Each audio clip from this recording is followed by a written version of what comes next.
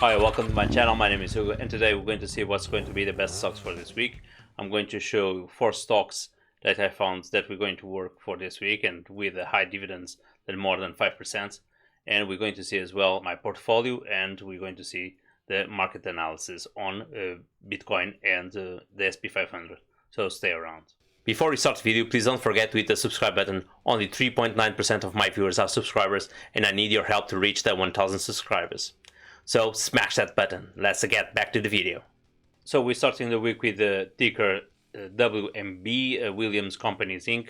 They have a dividend yield of 5.94%. It's, I think, one of the highest that we're going to have this week. They pay quarterly, April, June, September, and December, and they are overvalued in the 8.3%. They're still a bit overvalued, but if you don't want to pay so much overvalued, I'll wait for the next dividend date and I'll put this ticker on my watch list. The increase in the past month, since the energy sector had increased in the past month, and the other tech went down, like Microsoft, etc., and Apple, etc., went down, and Tesla went down. So there was a kind of a shift in the market in that sense. And the stock is still the ex-dividend date on June 10th. So we still have plenty of time, but there are other stocks that I have on my portfolio this week that still have a high dividend yield, and they are not so overvalued as this one. The financial health, ECB, they have a difference between assets and liabilities around 2 billion or 5 billion, I think, and the market sentiment, it's a buy. So since we are in the whole times high, not in the whole times high, but in the past 3 weeks or so, since the market went down and the energy sector went up a bit, I'll wait for the energy sector to stable down, or at least to wait a bit more so that we can start to see some shift from the energy sector to other stocks like tech stocks or etc. The earnings grew around 667% per year, which is quite amazing. They weren't expecting this so much growth, and they are forecast to grow around 6.22% for this year. Although the dividends is not well covered by the earnings, but this is something really usual on all the stocks that we do some analysis here. Everything that is around more than 5%, this is quite common. The ticker GLPI, Gaming and Leisure. So they own some casinos in Las Vegas, if I do recall correctly, and they own other stadiums that they play football and American rugby, etc. They have a dividend yield of 5.69%. They pay March, May, August, and November, and they are undervalued in 37.7%, which is quite good. And the estimate dividend date is on the 10th of June as well. The financial health is 3Gs. Because of COVID, all the games has been paused and the casinos are not being visited by tourism, and the tourism basically stopped. So we hope there was going to be a big shift soon. People start to get vaccinated, and in the next upcoming months, probably we're going to see a shift on these stocks, and this is going to start to grow. The market sentiment is still a hold because of that. As we see on the graph, there's been a few ups and downs, but it's been quite stable almost at the same price. They didn't change much. The earnings have grown around 38%, besides all the COVID and the games being stopped.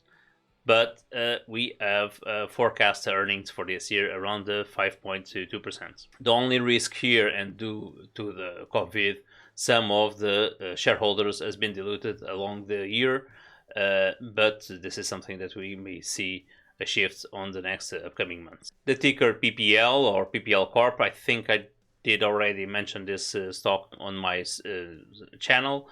They have a dividend yield of 5.72%. They pay quarterly March, June, September, and December. They are overvalued 20%, so now it's not the time to buy this. And the ex-dividend date in June the 9th. And we have a market sentiment of a buy. They are in the industry of electric utilities, and the earnings had declined 0.6% on the past year, which won't be the great. Although the market sentiment, it's still a buy, but I have some reservations regarding this because they are overvalued in around 20%. It's not my thing. I won't go for stocks that are overvalued. I'll probably wait, have on my watch list, or select any other stock that I mentioned this in this video, because they are overvalued in around 20%, and this is quite high. And I'm not the kind of person that invests on stocks that are so overvalued. Around 5% probably it's acceptable, but more than that, it's not acceptable in my perspective. MPW, Medical Property Trust. This is one of the stocks that I have on my portfolio, and actually it's not this week; it's for the next week. But since it's the beginning of the next week, I think I decided to include now, because to give you the chance to buy it right now, because it's one of the best stocks that I have on my portfolio. They have around the best dividend yield with 5.31%, comparing to the average and comparing to the REITs. They are on the healthcare sector. They have a lot of hospitals around the world, and it's one of for me one of the best stocks that I have on my portfolio in terms of REITs. They pay quarterly in March, June, September, and December. They are undervalued in 61%. They went down quite a lot in the past 2 weeks, and the ex-dividend date it's on the 16th of June. The financial health is 3Gs. In terms of assets, they have really good health. I don't see nothing wrong with this stock. They have a market sentiment of hold. I think for me at this time with a 64.1%, I think it's a buy time, not a hold time. And I don't see anything wrong with this stock of buying right now because of the dividend deal. And the earnings forecasts are grown to be around the 14% or 13.89%. And at last, for this week, we still have Coca-Cola with the ex-dividend dates on the 14th of June and the dividend yield of 3%, 0.03%. They actually increased from the past quarter, but this is a aristocrat's dividend yield stock, and it's one of the ones that I have on my portfolio. I still have on my portfolio, and I like a lot, as other stocks that have also on my portfolio. For this week, in terms of the market analysis, we're going to have a look for the SP500 and the Bitcoin, and we're going to see what's going to happen for this week. So let's have a look and let's jump into the graphs. So for this week, we had a growth around 0.2%, which I'm going to mention this on towards the end of the video. This was the growth that we had on the markets. Although what I think is going to happen for this week is going to be exactly the same thing. So we're going to stay around these values for this week. Probably we're going to have the same tendency around the 36% or 40% of growth, maybe, unless if this goes and get out of this average. But the thing is, the market is struggling quite a lot in the past 2 weeks. We're not getting out of this section, or at least for this week. Some news are coming up in terms of Biden are going to increase and taxing the big companies. This is going to affect the market as well. So I think the growth is going to be actually the same thing. I doubt it that we're going to cross this line and go for the top highs that we had the 2 months ago. We're going to stay. This is going to stabilize, and we're going to consolidate the market for this week as well. So I think if we're going to reach this point, I don't know, but this line around this for the next week, I don't see this having too much of changing. If we reach this point, it will be beautiful, but I think we're still going to have a growth on the market around 0.3%. In terms of Bitcoin, it's exactly the same thing as happening with the market, since they are almost end-to-end, the market and the Bitcoin. At the moment, we are seeing some consolidation on the SP500, and the same thing is happening exactly here on the Bitcoins. So we are seeing this triangle over here. So the Bitcoin is actually consolidating, and you may see again something like this, or if this goes around this value, probably we have a spike over here.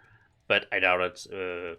If the market doesn't change, I think the Bitcoin, we're going to see exactly the same thing around the 35K. We're going to be around that area, and that won't be too much of an increase. Although we had the crypto conference during this weekend, I don't know still the output of that, and so we need to have the highs open for this money to see what's going to be the result.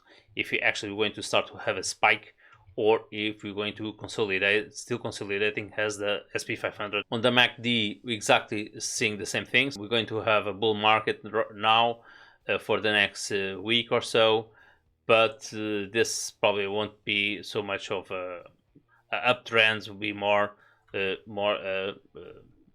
horizontal trend per se, so we're going to stay in the same value. So if I change the interval for 1 hour, this is going to be the trends that we're going to see around these values.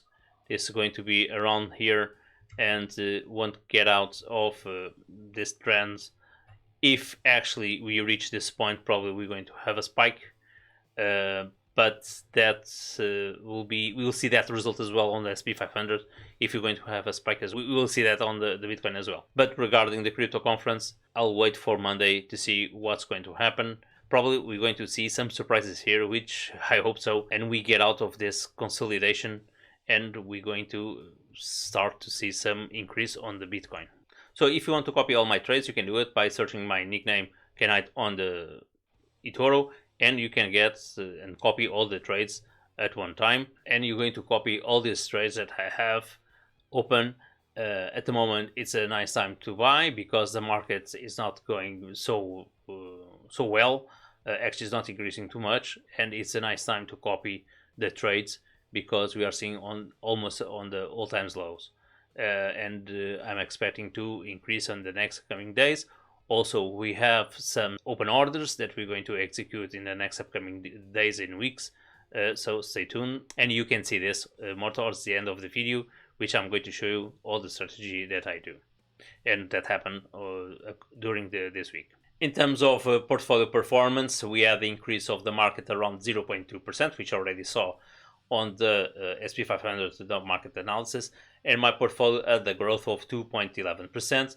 Most of it is due to the XLE and some stocks, mainly energy sector, have had a big increase on my portfolio because my portfolio it's around 15% of energy sector.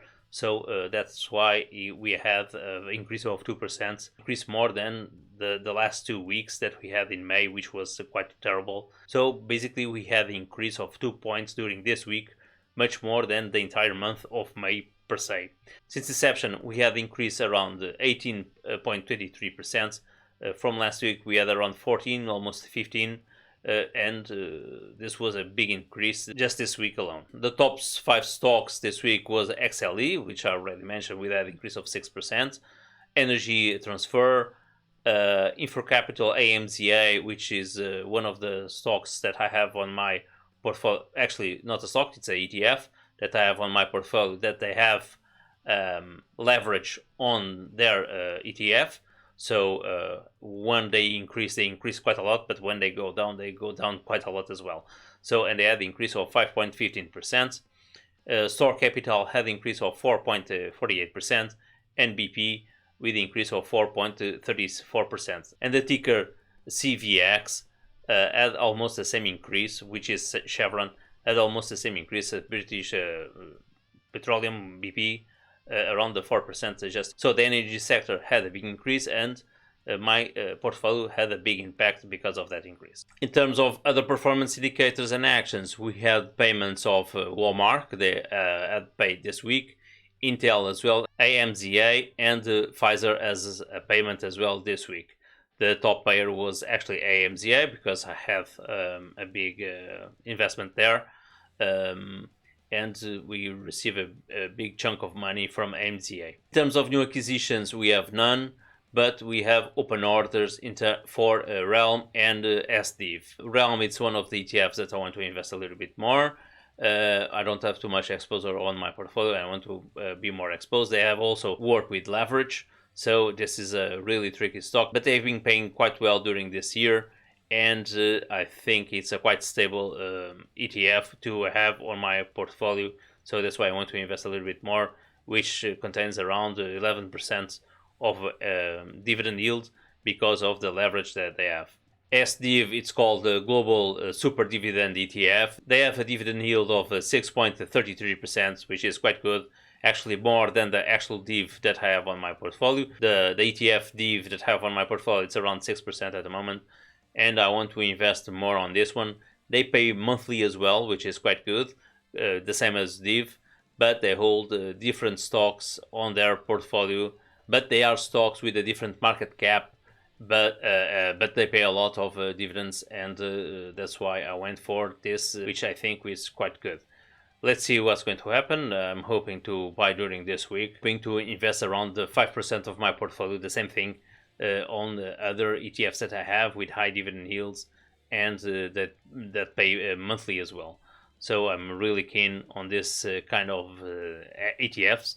So that's why I'm hoping to go for this one. In terms of closing orders, we didn't have any averaging as well, and the top pair is still AMZA. And the top dividends is still Realm with 11%, around almost 12%. My portfolio is still undervalued in 41.7%, and the future growth is around 6.6%. Had been increased in the past 2 weeks from 12% that we had at the beginning of the year, actually 14% that we had at the beginning of the year, to only 6%. But I think this is due to the fact that I've get rid of some growing stocks, so that's why this now are more stable stocks and the growth aren't so big. And that's why it went down from 14 to 6%, which was Corsair that I've sold almost the beginning of the last month, and also Palantir that I sold entirely everything last week. And the highest volatility stock, it's Main, and the lowest, it's still Unilever. So now let's look into the spreadsheet and see what stocks we have and the results that we're going to simulate. So if you are seeing this spreadsheet for the first time, don't forget to go to the description. You can look into the link and you can copy into your desktop and simulate as well. So this is a simulation of investment of a copy around $1,000, which I do recommend to use around $1,000. The minimum is around $500, but the $500 usually some of the trades won't be copied because of the amount of certain stocks won't reach more than $1, or before was $2, but won't reach more than $1, so they won't be traded. So that's why I recommend to use at least $1,000 for a copy. In terms of payments that we had this week, we had the AMZA, we had here Intel, we had Pfizer here, and we had Walmart here as well. So these were the payments. If you want, you can simulate here how much you're going to receive per month for $1,000. So you're going to receive in total per year around the $32. Bear in mind, this is after tax, because I'm putting here already the tax that you're going to pay for each stock. So each stock is around 30% of tax that you need to pay, and this is going to be the after tax value that you're going to receive. Of course, in UK you won't pay any tax, so that's why the entirely amount will be here.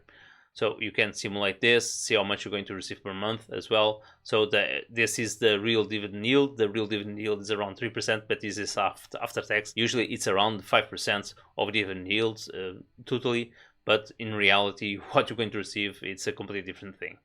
Okay, so I hope you enjoyed this week. Don't forget to hit the subscribe button and the like. And if you want to comment anything that I may forgot, please let me know.